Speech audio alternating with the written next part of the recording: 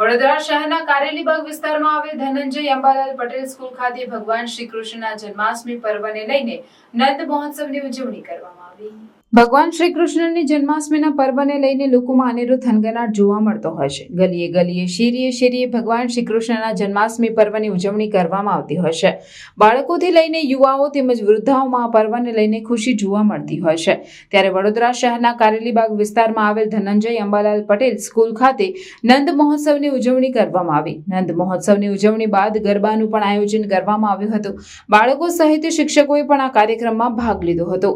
બાળકો સહિત શિક્ષકોમાં ઉજવણીને લઈને એક અનેરો જ ખુશીનો માહોલ જોવા મળ્યો હતો। નાના નાના બાળકોએ રાસ પણ રજૂ કર્યો હતો અને સૌને મંત્રમુગ્ધ કર્યા હતા। શાળા દ્વારા કાર્યક્રમનું સુંદર આયોજન પણ કરવામાં આવ્યું હતું। બાળકો સહિત શિક્ષકોએ કાર્યક્રમને સફળ બનાવ્યો હતો।